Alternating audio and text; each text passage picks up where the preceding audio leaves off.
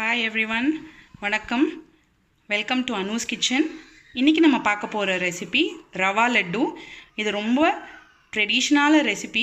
நம்ம இது எல்லா பண்டிகை காலத்துக்கும் இந்த ஸ்வீட்டை ஒரு அரை மணி நேரத்துலேயே நம்ம ரெடி பண்ணிடலாம். கிருஷ்ண ஜெயந்தி, அதுக்கப்புறம் தீபாவளி, எல்லா பண்டிகைக்கும் இது அரை மணி நேரத்துலேயே ரொம்ப சுலபமாக எப்படி செய்யலான்னு நம்ம ரெசிபிக்கு போகலாம் வாங்க. ரவா லட்டுக்கு தேவையான பொருட்கள் என்னென்னா, ரவை 1 கப் எடுத்திருக்கேன், அதே அளவுக்கு சர்க்கரை 1 கப் எடுத்திருக்கேன், நெய் தேவையான அளவுக்கு எடுத்திருக்கேன், முந்திரி பருப்பு உடச்சி எடுத்து வச்சுக்கோங்க. நான் பாதாம் பருப்பும் சேர்த்துருக்கேன், ஏலக்காய் பொடி கொஞ்சம் எடுத்திருக்கேன். வாங்க இப்போ எப்படி பண்ணலான்னு பார்க்கலாம். ஒரு கடாயை எடுத்துக்கோங்க, அதில் 1 ஸ்பூன் நெய் விட்டுக்கோங்க. நெய் உருகினதும் 1 கப் ரவை எடுத்து நல்லா வறுத்துக்கோங்க. ரொம்ப பொன்னிறமாக வறுக்க வேணாம். இது லேசாக நல்லா அந்த நெய்யும் இதுவும் வாசம் இதானோன்னு எடுத்துடலாம். ரவையும் நெய்யும் நல்லா வறுத்துட்டு நமக்கு ஒரு கமகமன்னு ஒரு ஸ்மெல் வரும். அப்போ நம்ம இந்த ரவையை எடுத்து தனியாக ஒரு பாத்திரத்தில் கொட்டிக்கலாம்.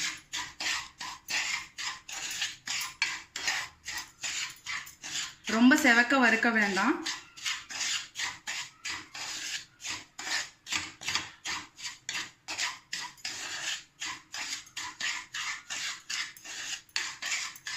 இது நம்ம வறுத்த அப்புறம் கொஞ்சம் ஆறுன அப்புறம் மிக்ஸி ஜாரில் போட்டு நம்ம இதை நைஸாக பவுடராக ஆக்கிப்போம். அதோட சர்க்கரையும் பவுடர் ஆக்கிட்டு நம்ம எப்படி ரவா லட்டு பண்ணுறதுன்றதை காட்டுறோம். இப்போ நல்லா வறுபட்டுருச்சு பாருங்கள். ரவை வெள்ளையாகவே இருக்கணும், அப்போ தான் ரவா லட்டு நல்லா ஒயிட்டாக வரும், வெள்ளையாக. இப்போ நான் ஒரு பவுலில் இதை ட்ரான்ஸ்ஃபர் பண்ணிடுறேன்.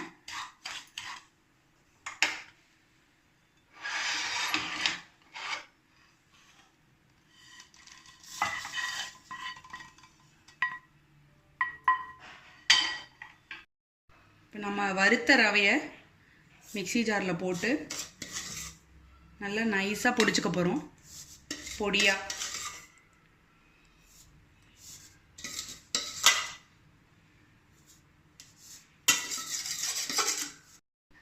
இந்த மாதிரி ஆறினதுக்கப்புறம் மிக்சியில் ரவையை போட்டு நல்லா பொடிச்சு எடுத்துக்கணும். பவுடர் ஆகிடுச்சு பாருங்கள்.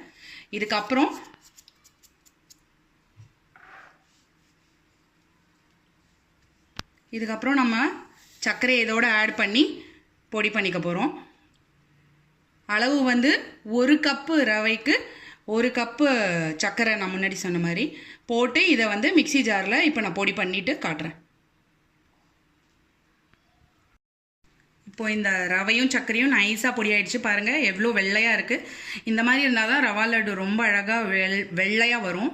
இப்போ இதை ஒரு பவுலில், மிக்சிங் பவுலில் ட்ரான்ஸ்ஃபர் பண்ணிக்கோங்க.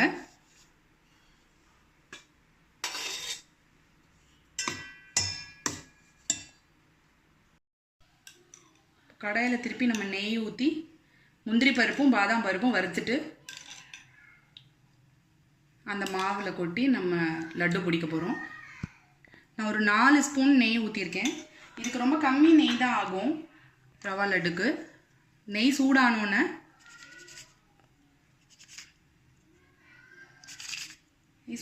நம்ம கட் பண்ணி பொடியாக வச்சுருக்க முந்திரியும் பாதாமையும் வறுத்துக்கோங்க.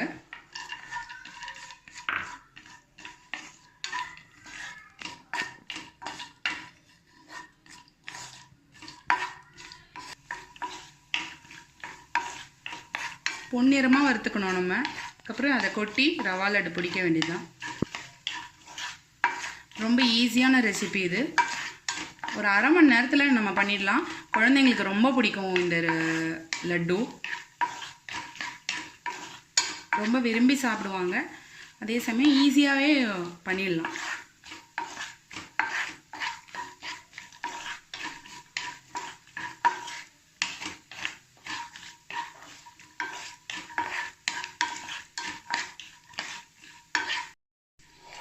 பாருங்கள், இந்த மாதிரி பொன்னிறமாக ஆயிடுச்சு.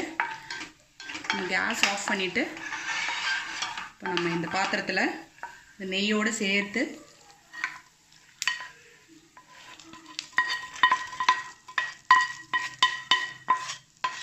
இப்படி கொட்டிடுங்க. கொட்டிட்டு அதை நல்லா கலந்து விட்டுட்டு கொஞ்சம் சூடு ஆறினோன்னு நான் பிடிச்சி காட்டுறேன், எப்படி ரவா லட்டு பண்ணலான்னு காட்டுறேன். இப்படி சூட்டோட நல்லா எல்லா பக்கமும் அந்த நெய் வர மாதிரி கொஞ்சம் கலந்து விட்டுருங்க.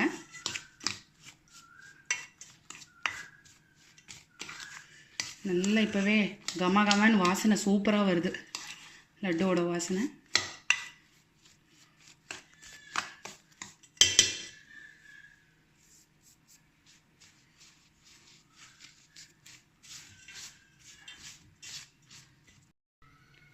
நம்ம இப்போ வச்சுருந்த ஒரு பிஞ்ச் ஏலக்காய் பொடியை இதோட ஆட் பண்ணிவிட்டு நல்லா கலந்து விட்டுருங்க. கலந்து விட்டுட்டு ஒரு 5 நிமிஷம் ஆயிடுச்சு. இப்போது சூடு ஆறிடுச்சு. இப்போ நம்ம லட்டு பிடிக்க ஆரம்பிச்சிடலாம்.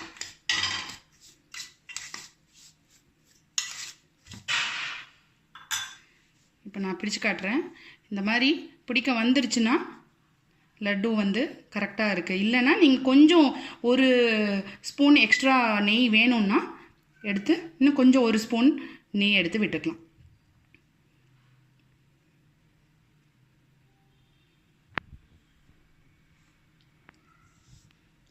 ஸோ பிடிக்க வந்துருச்சு எனக்கு.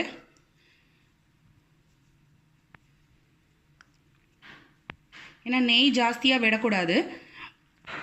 4லேருந்து 5 ஸ்பூன் ஒரு கப்புக்கு ஊற்றினா போதும். நெய் நல்லா உருக்கிட்டு சூட்டோடு நீங்கள் இதை ஓரளவுக்கு ரொம்ப சூடு வேணாம், மிதமான சூடாக வந்தீங்கன்னா இந்த மாதிரி ரவுண்ட் ஷேப்பில் உங்களுக்கு லட்டு பிடிக்க வரும்.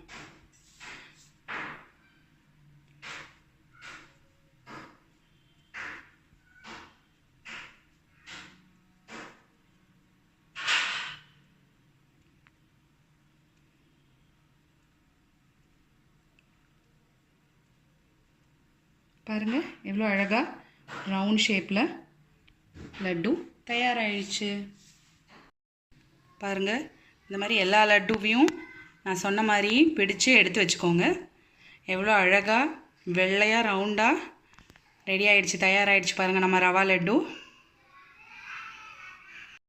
சுவையான ரவா லட்டு ரெடி. வாங்க சுவைத்து பார்க்கலாம்.